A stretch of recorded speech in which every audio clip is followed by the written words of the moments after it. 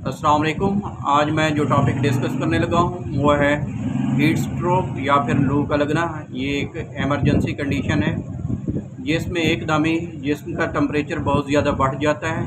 अब इसकी दो वजूहात हो सकती हैं। ऐसे लोग जो कि बहुत ज़्यादा गर्मी के अंदर काम कर रहे होते हैं उनको ये हीट स्ट्रोक होता है, और दूसरे जो गर्मी के मौसम के अंदर बहुत ज़्यादा फ़िज़िकल एक्टिविटी कर रहे होते हैं, जिस्मानी मशक्क़त कर रहे होते हैं, तो उन्हें उसकी वजह से भी जिस्म का टेम्परेचर जो है एकदम बढ़ जाता है, तो जिसकी वजह से ये कंडीशन जो है उनके अंदर पाई जाती है। अब अगर हम इसकी अलामात के बारे में बात करें कि हीट स्ट्रोक या फिर लू लगने की अलामात क्या हो सकती हैं, तो सबसे पहली जो इसमें अलामात होती है कि एकदम ही बॉडी का टेम्परेचर जो है वो बढ़ जाता है। बुखार जो है 103 104 डिग्री फ़ारेनहाइट तक पहुंच जाता है।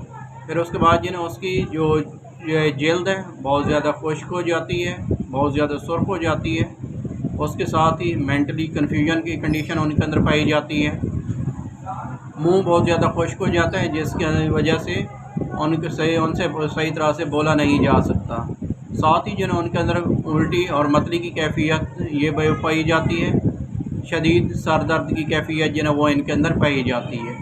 इसलिए अगर ये अलामात किसी भी पर्सन के अंदर पाई जाएँ तो उसको एमरजेंसी तौर पे जो है इसका इलाज कराना चाहिए।